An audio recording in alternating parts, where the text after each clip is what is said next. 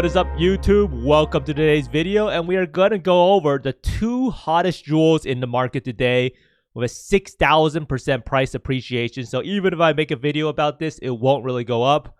Now, the reason we're talking about these jewels is because these jewels are great for fixing some of the biggest problems for Magic Finder. Now, even though they're expensive, they replace a jewel that costs 10 times more. So what we're going to go into is how exactly do these jewels work, and here are some of the preliminary results of what it looks like. So the way the build works is that you can't actually die to unless you get one-shotted, right? So what we need is, what did I die to?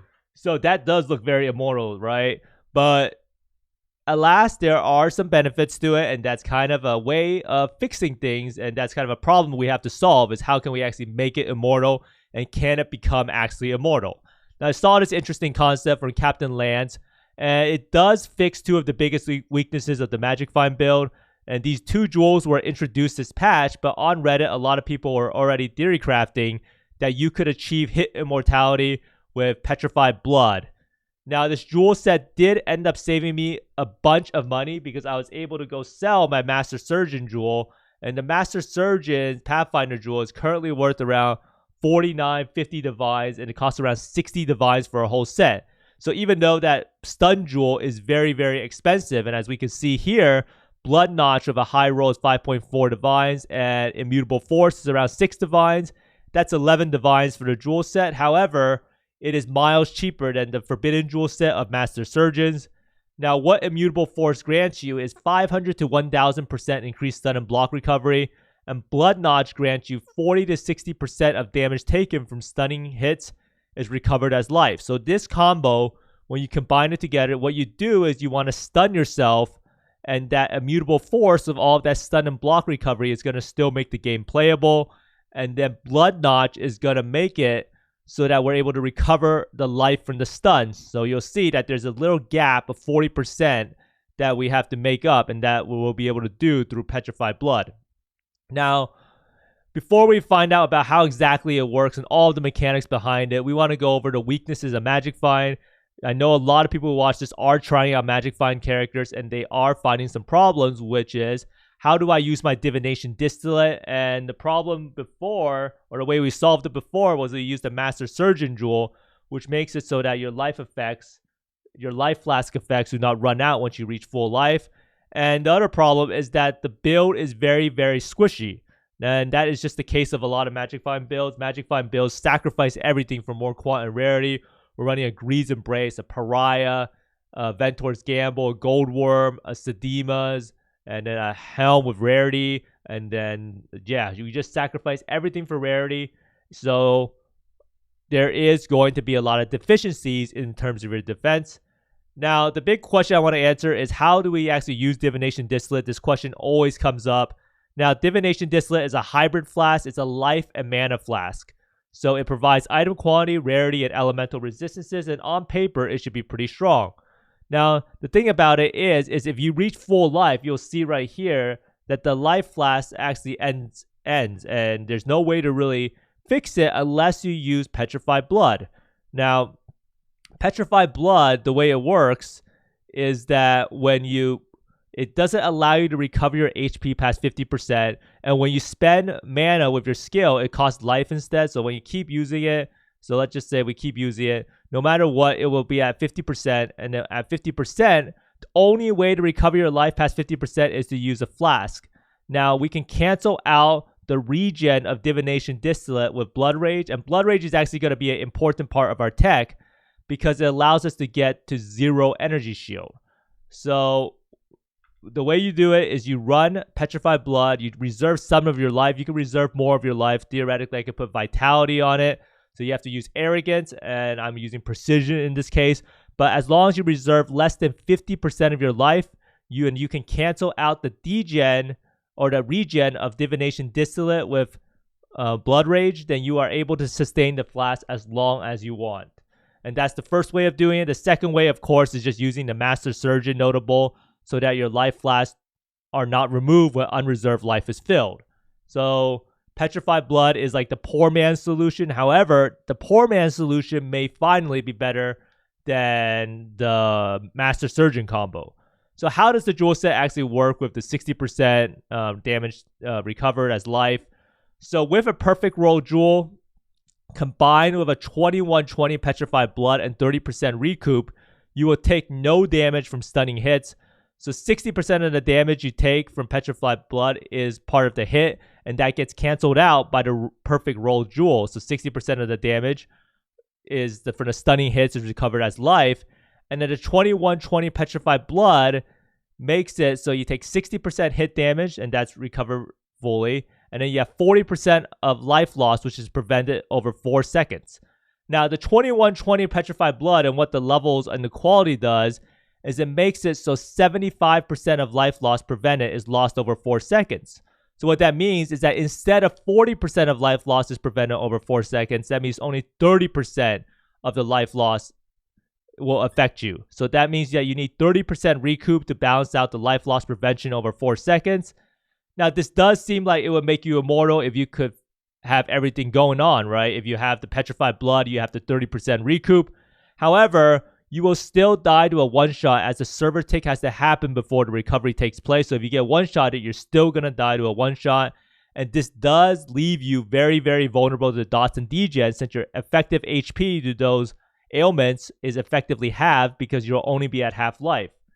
Now, we do need to also take the energy shield mastery in order to make this work. So how do we always get stunned is the question we're asking ourselves. And if we make our stun threshold based on 60% of your energy shield instead of life, this makes it so that we're able to get stunned all the time on every single hit.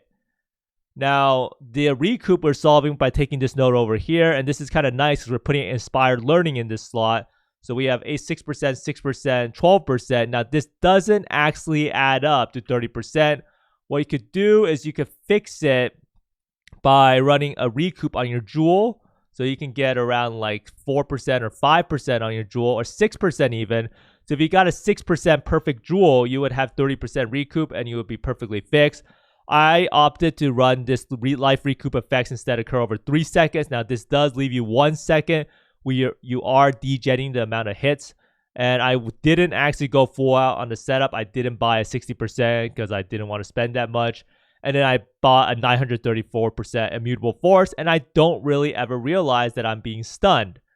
Now, if you were to fully invest into it and you got a 60% and you got the 30% recoup, you got 24% here, you got a jewel with 6%, then you would effectively never take any sort of hit damage as long as you don't get one-shotted. Now, how are the actual in-game results besides the actual troll that I showed you at the start? Like, how did this actually feel like to play? So right now, I'm going to kind of show you how exactly this whole, this whole jewel works in maps. And what I actually found while playing through is that when you're doing deli, there's a lot of random degen on the ground. And that's just kind of the sad nature of it. And when you're running minus max map, it actually hurts a lot. And because of the way I set up the character, we are still going to degen a little bit of life purely because, purely because I didn't get 30% recoup right now. I don't have 30% recoup. But the one nice part is you could probably stand in all of the bearers, and you're not really ever going to die unless you take a lot of small hits at the same time, or you get one-shotted. Now, minus max is something you really need to watch out for, especially when doing this magic finding. And overall, I really enjoyed the setup. It made it feel like I'm not really trying to play the game where I'm on this brink of death the whole time, and I can actually relax. I can actually stand in some stuff that would normally kill me. And now this is with an Inspired Learning and Mage Blood and not with Headhunter, and that actually makes it a lot squishier. But this is only one, so we can stand in a lot of stuff that would normally just evaporate us. So we can stand in all of that. And it just creates this playstyle where you're not fully immoral. You still have to pay attention to the degens on the ground, especially when you're opening a strong box. So when you're doing a strat like this, the strong boxes are definitely the most dangerous aspect of it. You will probably get like instantly killed with caustic ground or anything, so make sure to watch out. Ice Nova boxes you could actually kind of tank now, as long as they don't have minus max. But that's just basically the whole gameplay loop of what it looks like, and it does make a huge difference. Now, I don't know if you can actually call it Immortality, but it does feel immortal compared to my previous character. Now, one thing I did know was I still was running Evasion and Wind Dancer. Now, this is really nice because a lot of the stuff that does kill you is kind of the crazy map mod combinations like minus max with then you click an Eldritch Altar that makes it so that enemies gain 100% of physical damage and extra lightning damage. And that's pretty much something you can't really mitigate, especially with our small life pool. You could maybe mitigate it if you had more effective HP, but this really does make it really hard to survive. So what we do is we use Evasion, and then we combine it with Wind Dancer, which makes it so we take 20% less attack damage if we haven't been hit by attack recently. And this also makes us evade cap, so we're at 95% chance to evade. So overall, Wind Dancer has helped out a lot in kind of raising the effective HP pool. Now, I am not running a Berserk setup. Berserk would also give you an additional 26% less damage taken defensive layer. However, that does make it so you can't run no regen and half regen maps. So the character is not really true immortality, but it definitely makes it feel much more chill to play. Like, I'm not on the edge of my seat anymore. Now, there are some ways overall that I found that you can mitigate some of the downsides, and the biggest downsides are definitely the degens. So you can take Lethe Shade. I think it's around 5 points to take 50% less damage over time. And since I'm running Purity of Elements already, it doesn't really matter about the duration of the ailments. Soul of Aracali also helps. You can get 40% chaos resistance against damage over time. And then you can also get this 10% reduced damage taken over time. And then Show of Shikari also makes it so we have 25% reduced chaos damage taken over time while on Caustic Ground. So if you add all of those up, there are a lot of ways to fix the downside. And even though you might think the price is kind of inflated, it is still much cheaper than the Master Surgeons. In fact, I actually just sold my...